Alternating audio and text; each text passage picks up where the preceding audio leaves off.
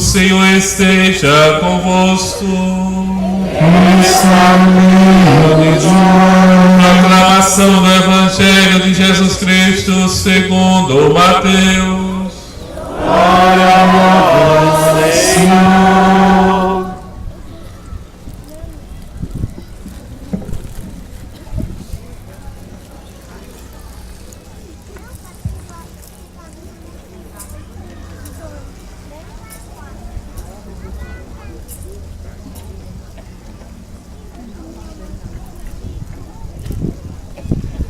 Depois da multiplicação dos pães, Jesus mandou que os discípulos entrassem na barca e seguissem à sua frente para o outro lado do mar, enquanto ele despediria as multidões. Depois de despedi-las, Jesus subiu ao monte para orar a sós. A noite chegou e Jesus continuava ali sozinho. A barca, porém, já longe da terra, era agitada pelas ondas, pois o vento era contrário. Pelas 3 horas da manhã, Jesus veio até os discípulos, andando sobre o mar. Quando os discípulos o avistaram, andando sobre o mar, ficaram apavorados e disseram: é um fantasma, e gritaram de medo. Jesus, porém, logo lhes disse: coragem, sou eu, não tenhais medo. Então Pedro lhe disse: Senhor, se és tu, manda-me ir ao teu encontro, caminhando sobre a água. E Jesus respondeu: vem. Pedro desceu da barca e começou a andar sobre a água em direção a Jesus. Mas quando sentiu o vento, ficou com medo. E começando a afundar, gritou: Senhor, salva-me! Jesus logo estendeu a mão, segurou Pedro e disse: homem fraco na fé, por que duvidaste? Assim que subiram no barco, o vento se acalmou. Os que estavam no barco prostraram-se diante dele, dizendo: verdadeiramente tu és o Filho de Deus. Palavra da salvação. Glória a Senhor.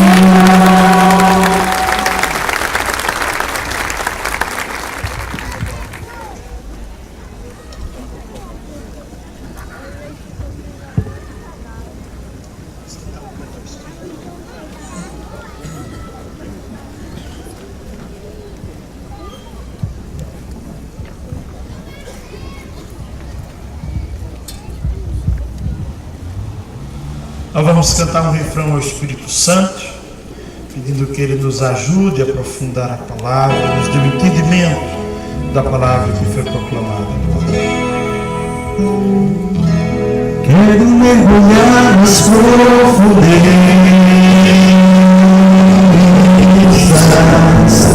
do Espírito de Deus. Descobrir suas riquezas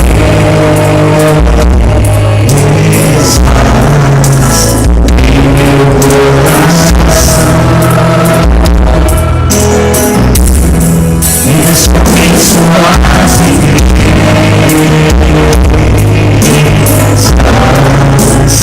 em meu coração. Quero mergulhar nas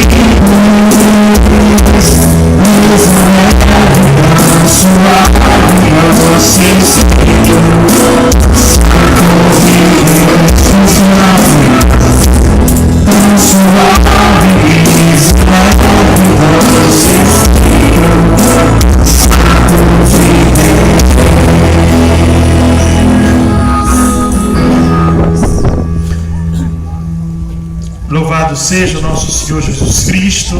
Sempre seja louvado. Eu quero saudar e cumprimentar os irmãos, o sacerdócio aqui presente, o pároco da paróquia, o Frei Luísio, saudar o Frei Sormano, o caro irmão Padre Maciel, saudar todos vocês aqui presentes nessa bonita celebração campal, essa praça repleta de tanta gente, É bonito ver o povo de Deus reunido e com o propósito de, nesta noite, celebrar o dom e a graça de sermos família, de termos uma família. Família é a instituição mais antiga que existe, Mais antiga do que o Estado, do que o Exército, de todas as instituições. É a instituição mais antiga. Se a família vai bem, tudo mais vai bem também. Por isso, não faz muitos anos que a igreja no Brasil lançou uma campanha da fraternidade, na qual ela perguntava: a família como vai?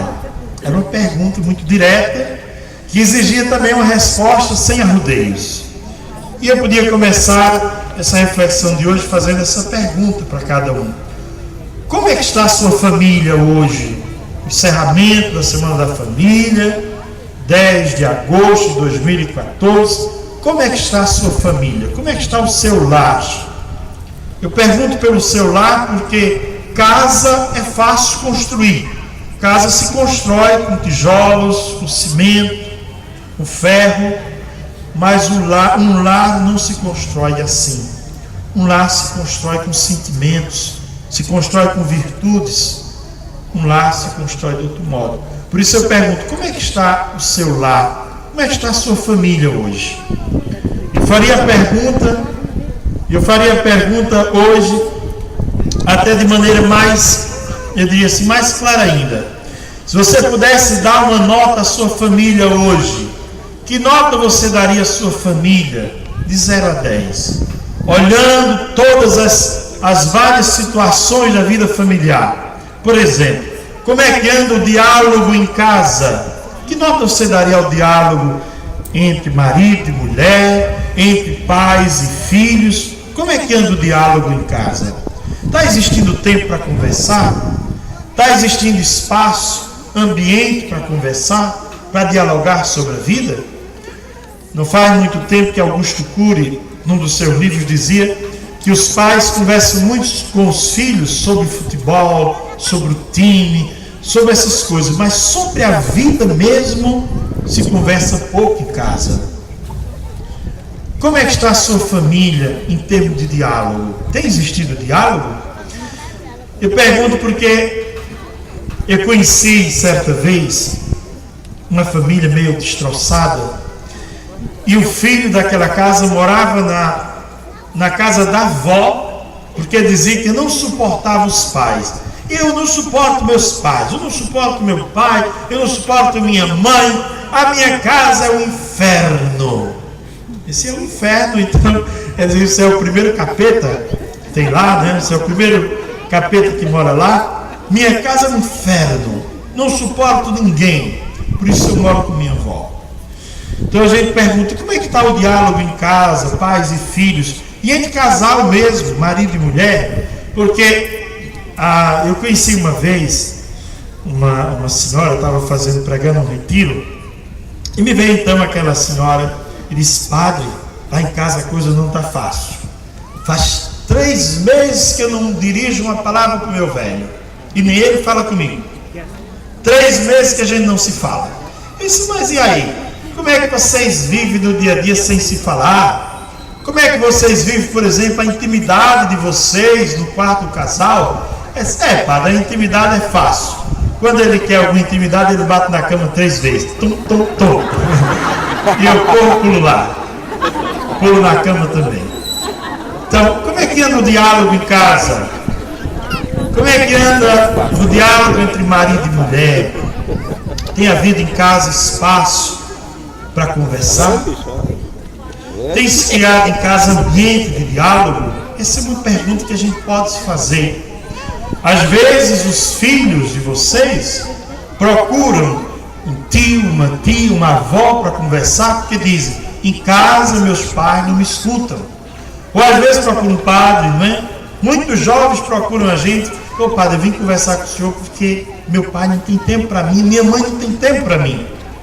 E veja que os filhos podem aplaudir um pai que é um grande homem no comércio, ou que é um grande profissional, como médico, enfermeiro, mas ele aplaudiria muito mais se aquele bom profissional fosse também um pai que tivesse mais tempo para os filhos em casa, tivesse mais tempo para conversar, gastasse mais tempo escutando. Às vezes a tragédia dentro de casa começa porque falta espaço para escutar os outros.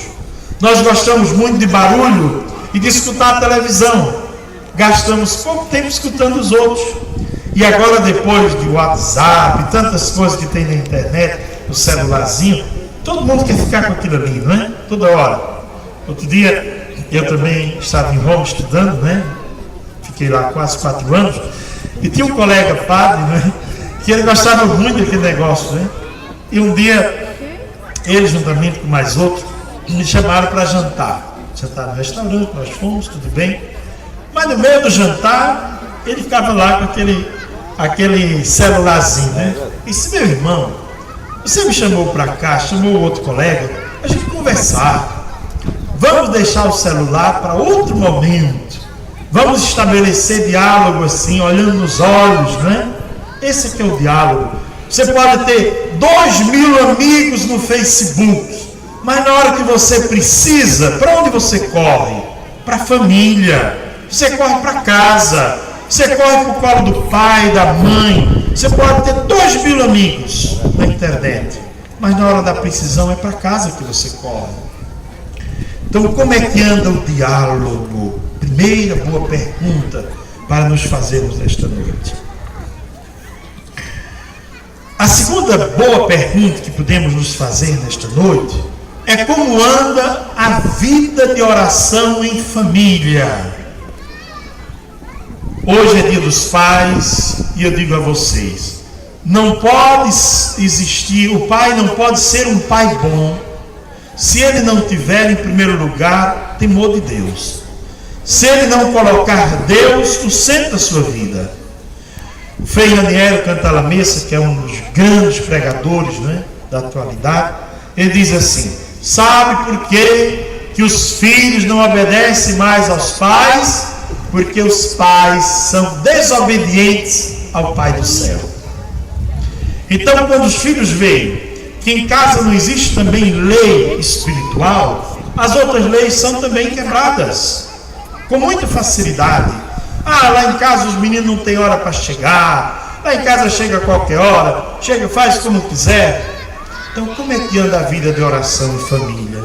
É muito importante a gente se perguntar sobre isso, ter tempo para rezar em família. Quando estivermos à mesa para fazer a refeição, rezarmos ali juntos, rezar em família, abençoar o pão que se recebe, o pão de cada dia. Então eu pergunto a vocês, como anda a vida de oração? Tem ido à missa juntos no domingo, no final de semana? Às vezes o marido e a mulher vão à missa, mas a mulher diz: olha, eu vou na frente porque você não quer ir, então você vai depois e senta lá onde você quiser. Ou às vezes o marido diz: você demora muito a se arrumar, é muito ruge, muito batom, muita coisa, eu vou na frente, você depois vá e sente lá como quiser. E os filhos ficam olhando aquilo, não é? Ficam olhando aquilo. O pai sentou lá numa ponta da igreja, a mãe sentou lá na outra, vieram juntos para a missa, mas não ficaram juntos, ou veio um na frente, outro atrás. Então, caros irmãos e irmãs, a vida de oração é muito importante em família. Se quisermos salvar a família, devemos pensar nessas coisas, porque hoje são muitas as chagas que entram na nossa casa, são muitas as chagas que estão destruindo a família. O álcool, o alcoolismo é uma das grandes chagas, a droga de um modo geral, a infidelidade tem destruído também muitos lares, a falta de confiança entre marido e mulher. Às vezes tem mulher que, para poder ter dinheiro para comprar alguma coisa, espera o marido pegar no sono para ir lá na calça do marido, no bolso, não é? Para tirar alguma coisa. Às vezes falta, não é? Essa confiança, esse diálogo, essa abertura, até nessas pequenas coisas. Então são muitas chagas que hoje destroem a vida matrimonial, minam a vida matrimonial, a harmonia do matrimônio. Caros irmãos e irmãs, um lar se constrói com valores cristãos e humanos. No Evangelho, Jesus diz: é preciso construir a casa sobre a rocha. Tinha uma música antiga que dizia assim: se o amor nasceu de uma cerveja, como é que terminava? Outra cerveja beberei para esquecer, né? Um amor que nasce de uma mesa, entre espumas haverá de terminar, né? Não era assim, né? Verdade.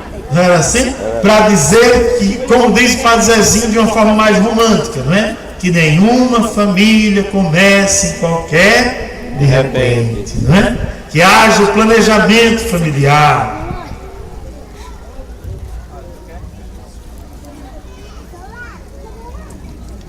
Que haja planejamento familiar. Deus quis a família. Está na Bíblia. Aquele primeiro casal, Adão e Eva, quem uniu aquele primeiro casal? Foi o próprio Deus, né? Depois, quando nós abrimos a Bíblia em João, no capítulo 2, Jesus está visitando uma família nas chamadas bodas de Caná, abençoando de novo a família. Deus quis a família. E os papas não cansam de dizer que o nosso lar deve ser uma igreja doméstica. Assim como nessa igreja aqui existem os sacerdotes, na casa também deve haver. Quem é o sacerdote da casa? Quem são os sacerdotes?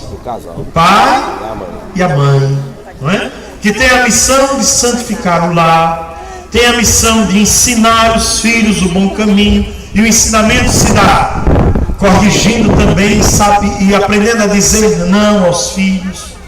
Então o lar é uma igreja, deve ser uma igreja doméstica, uma escola, lugar onde se aprende a amar. Depois, os papas, falando sobre igreja doméstica, dizem: na nossa casa também existem 2 altares. O primeiro altar é o lugar onde a família come o pão, não é? Onde a família se alimenta. Ali é sagrado. Por isso que os pais muitas vezes dizem aos filhos: olha, esse assunto não trata aqui não. A mesa é sagrada, não é? E existe um outro altar. Qual é o outro altar? É o lugar, é o quarto do casal, o lugar onde o casal, unido diante de Deus, produz uma outra vida, que é sagrada também. Ali o casal participa da obra criadora de Deus, dando vida a uma outra vida, quer dizer, gerando uma outra vida. Então, caros irmãos, irmãs, Deus quis a família. Na Bíblia tem todas essas coisas, a gente pode ver como Deus quis a família. Mas também os antigos gregos tinham uma lenda interessante falar sobre a origem da família. Eles diziam assim: que quando Deus criou o homem, o ser humano, Ele criou o homem com 8 membros, não com 4, como tem hoje, né? Mas era chamado andrógeno, né? Tinha 8 membros. Depois o homem pecou e Deus partiu o homem, que concedeu aos pais aqui presentes a graça que concedeu a estes homens da Bíblia. Olhando, por exemplo, José, pai de Jesus, pai adotivo de Jesus. Os pais recebam de Deus a graça de serem capazes de renunciar. É preciso, às vezes, renunciar muito para manter uma família unida. Veja que quando começou a perseguição, José teve que se mudar para o Egito, levando o menino e Nossa Senhora, abandonou tudo. Ele tinha ali emprego, tinha tudo, uma vida bem instalada, mas para manter a família unida, ele viajou com Nossa Senhora, com Jesus, foi para o Egito e ficou lá escondido um bocado de tempo. Que Deus conceda hoje aos pais eu diria assim, essa coragem de fazer renúncias para manter o casamento, para manter a família unida. É preciso às vezes. Segundo, queria olhar agora o segundo personagem da Bíblia, Moisés. Deus foi aos poucos moldando o coração de Moisés, fazendo dele um homem maduro, capaz de dominar a si mesmo, para depois conduzir um povo. Podemos pedir hoje a Deus que dê aos pais de família essa graça, de se tornarem cada dia mais maduros, capazes de conduzir suas vidas, iluminados pela palavra de Deus, e de conduzir a sua casa. Um pai que sabe conduzir a sua casa, que sabe para onde está conduzindo seus filhos e sua esposa, é um pai que tem um lar feliz. Terceiro, olhemos para a figura agora de Sansão, o homem da força. Peçamos a Deus que renove muitos pais a coragem e a força. Muitos pais que andam cansados até, cansados, às vezes desempregados, passando situações difíceis. O pai tem a missão de sustentar a casa e às vezes não é fácil manter uma casa. Rezemos hoje por tantos pais que se encontram em situações difíceis e às vezes não têm o mínimo para oferecer para seus filhos e para sua esposa. Quarto, olhemos para Salomão, o homem da sabedoria. Quando Deus perguntou: o que você quer, Salomão, para ser um grande rei? Se eu quero sabedoria, eu não quero outra coisa, eu quero sabedoria. Que Deus dê aos pais hoje muita sabedoria, porque não é fácil conduzir família nos dias de hoje. Deus dê aos pais muita sabedoria para conduzir os seus filhos. Dê aos pais a graça de serem presentes na educação, de não serem ausentes. Pensamos, por exemplo, em José do Egito, que desceu ao fundo do poço. Por que ele desceu ao fundo do poço? Porque naquela hora não estava presente o pai. Quando o filho não tem um pai presente, ele desce ao fundo do poço. Desce ao fundo do poço das drogas, desce ao fundo do poço das bebidas, da prostituição, do engano, do erro. Peçamos a Deus hoje a graça de termos pais cada vez mais presentes no lar, na vida dos filhos, para educar, para aconselhar, para estar junto, brincar juntos, chorar juntos, sorrir juntos. Olhando esses personagens da Bíblia, possamos contemplá-los e dizer: Senhor, dá a nossos pais um pouco da graça que deste a cada um destes homens. Concede a graça de termos bons pais para termos boas famílias. Tudo seria bem melhor se o Natal não fosse um dia, e se as mães fossem Maria, e se os pais fossem José, e se a gente parecesse com Jesus de Nazaré. Estou pensando em Deus, estou pensando no amor, estou pensando em Deus, estou pensando no amor. Que José e Maria, Sagrada Família, interceda pelas nossas famílias hoje e sempre. Amém.